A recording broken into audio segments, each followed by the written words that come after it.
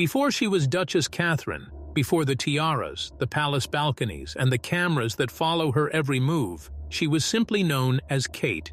To the world, she seemed like the perfect fairy tale, the ordinary girl who caught a prince's eye and walked into a kingdom. That was the story sold to millions, you see, an image of a quiet, middle-class girl whose destiny was written only when she met William. But the truth is far more layered. Kate Middleton was never as ordinary as the world was led to believe. Her upbringing, her education, her family's wealth, none of it fits neatly into the story of a commoner plucked from obscurity. In fact, whispers have long suggested that her path toward royalty may not have been mere chance at all, but something carefully shaped, carefully prepared. And so we ask, was Kate's early life really humble?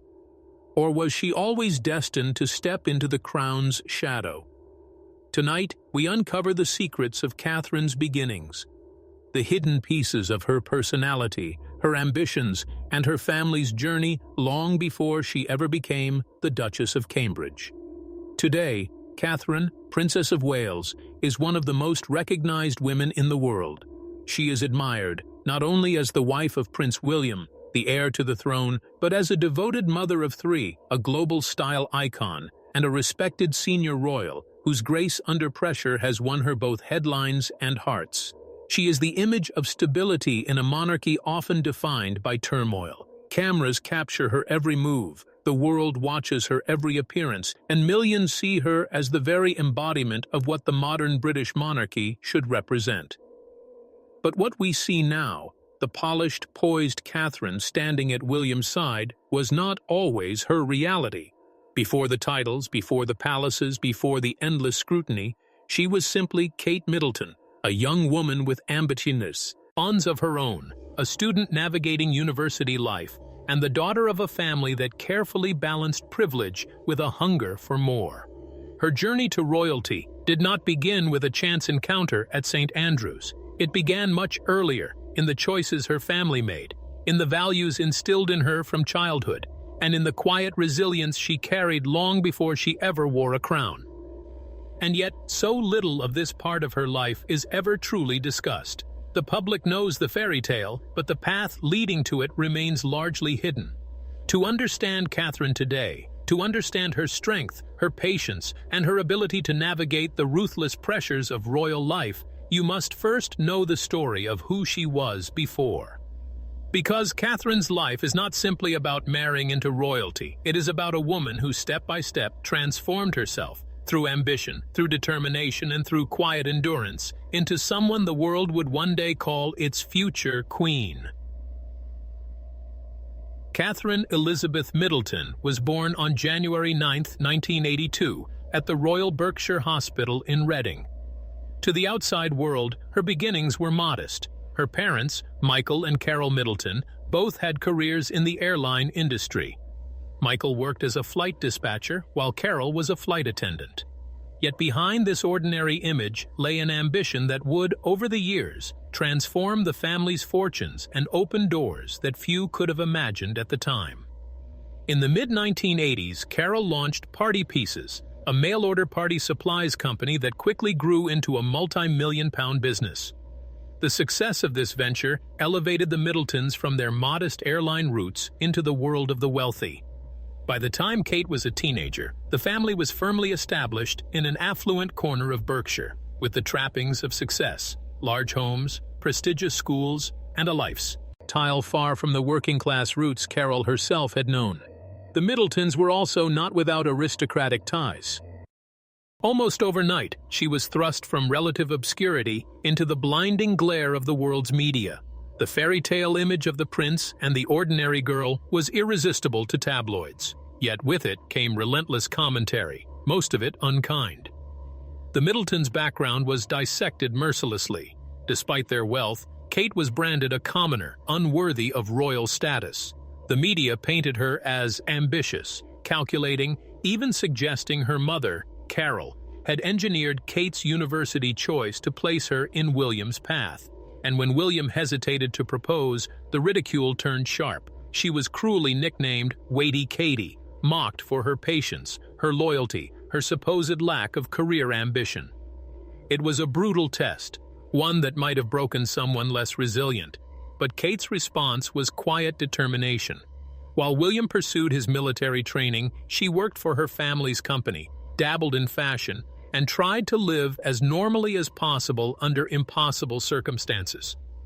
She kept her composure, rarely spoke to the press, and projected an image of calm dignity, even as paparazzi hounded her every step. This was the central drama of her early adult life, a young woman balancing love with an ordinary man who just happened to be a prince, while simultaneously carrying the crushing weight of public judgment. It was a trial by fire, one that would shape her character and prove her strength long before she was ever called princess. The true turning point in Kate Middleton's story came in 2002 during a charity fashion show at St. Andrews. That night, Kate walked the runway in a sheer black dress, bold, unexpected, and utterly unforgettable. Among the crowd sat Prince William. In that single moment, the dynamics shifted. William, who had known Kate as a friend and flatmate, suddenly saw her in a different light. That spark, captured in whispers and frichard, he told endlessly since, marked the beginning of a romance that would alter the course of royal history. As their relationship grew, it was no longer confined to the cobbled lanes of St. Andrews. By 2004, photographs emerged of Kate and William on a ski trip in Switzerland. Overnight, the young woman who had once been simply a student became a global fascination. Paparazzi trailed her every move, tabloids dissected her every outfit, and the commoner dating a prince narrative exploded. Kate was still only in her early 20s, yet she was suddenly one of the most recognizable women in Britain. But fairy tales rarely unfold without struggle. In 2007, after years of speculation, William and Kate briefly split. The press pounced on the breakup, treating Kate's heartbreak like a spectacle. For many, it might have been the end of the story, but Kate handled the ordeal with a strength that surprised even her critics. She carried herself with quiet dignity, appearing in public smiling, calm, unbroken. And in that resilience, she revealed the steel beneath the surface, the very quality that would later define her as a royal. When the couple reunited later that year, their bond seemed stronger than ever. What had once looked like a university romance had matured into something far more enduring. The climax of this journey came in 2010, when William proposed during a trip to Kenya. In his hands was the sapphire and diamond engagement ring once worn by his mother, Princess Diana, a symbol heavy with history and expectation. By accepting it, Kate's life changed forever. No longer just the girlfriend, no longer weighty Katie, she was now the future queen consort of England.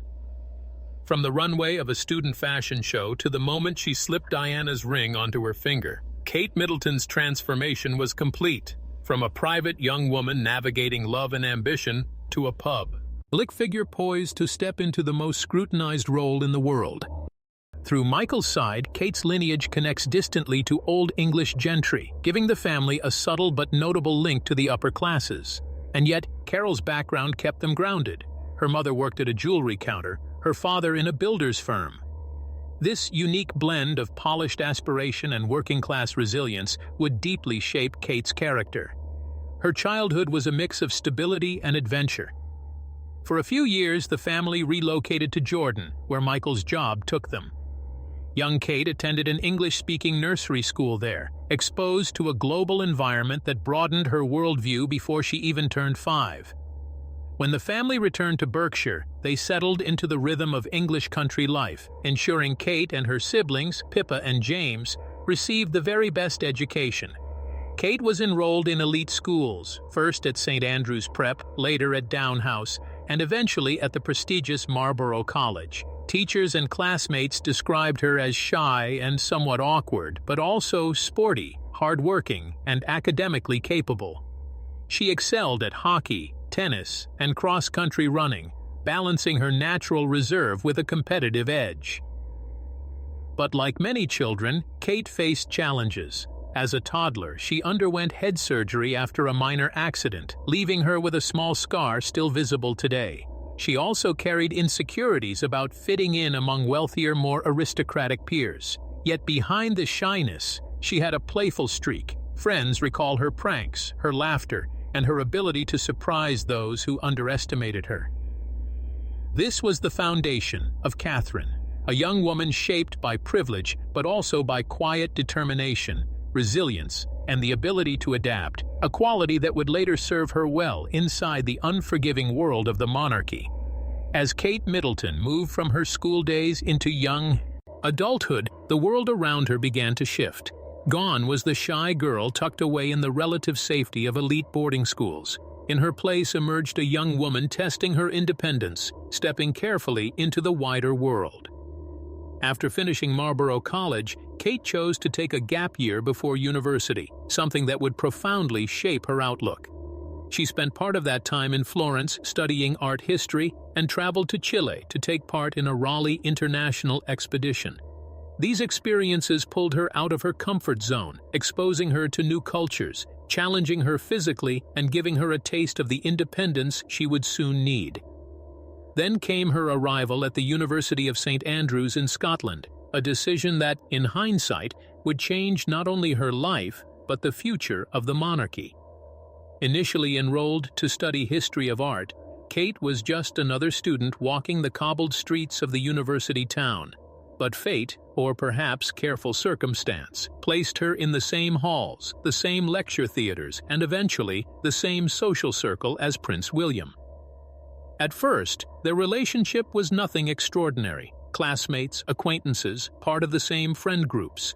But slowly, something more began to grow. Their bond strengthened after William switched to geography, yet they remained close. The turning point came during a charity fashion show, when Kate walked the runway in a sheer dress that caught William's attention in a way that transformed their dynamic. From that moment, whispers spread across campus. The prince had noticed Kate. But with royal attention came the crushing weight of scrutiny. The relationship blossomed in private, but the press soon caught wind. By 2004, photographs of Kate skiing with William on holiday circulated across the globe. In the aftermath of that engagement, the media narrative began to change. The same outlets that once mocked Kate as Weighty Katie now hailed her as a future queen-in-waiting, admiring her elegance, her poise, and her seemingly effortless ability to handle the spotlight.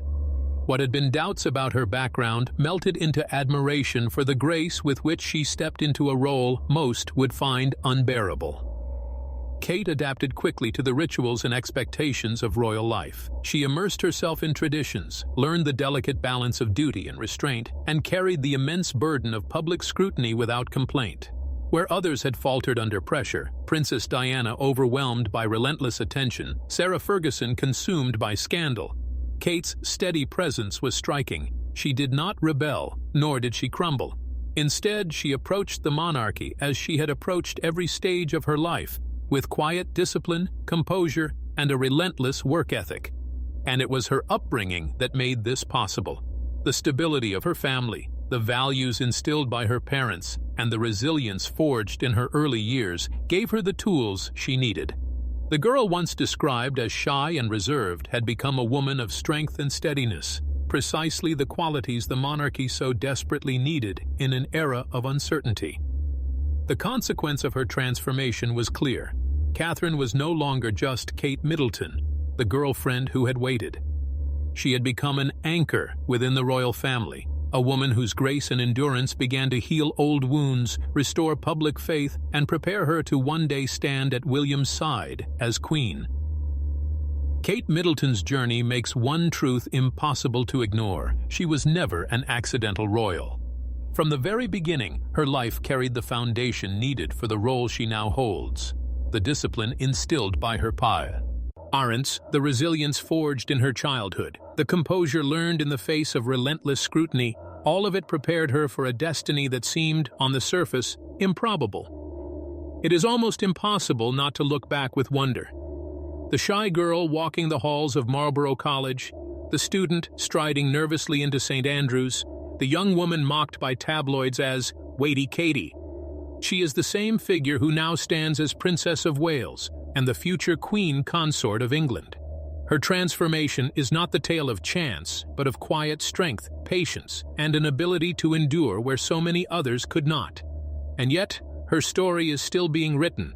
The open question remains: how will history remember Catherine? Will she be celebrated as the so-called commoner queen, a symbol of accessibility in a royal family long accused of distance? Or will she be honored as something more? The woman who, with dignity and grace, quietly reshaped the monarchy from within. For now, one thing is certain: the girl once underestimated has become the woman who embodies the crown's greatest hope. And the world watches, in suspense, to see the legacy she will leave behind.